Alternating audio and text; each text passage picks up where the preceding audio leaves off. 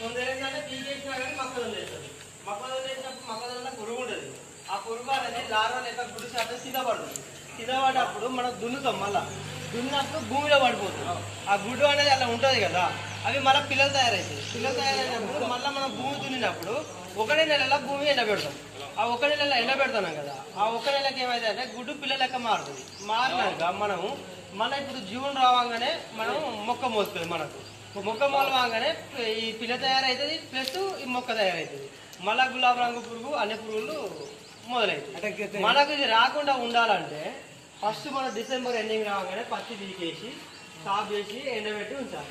అది మొక్క అనేది లోపల గుడ్డున్న ఎండిపోతుంది, ప్లస్ ఖరాబ్ అయిపోతుంది. ఆ పురుగు ఉన్నా కానీ చచ్చిపోతుంది.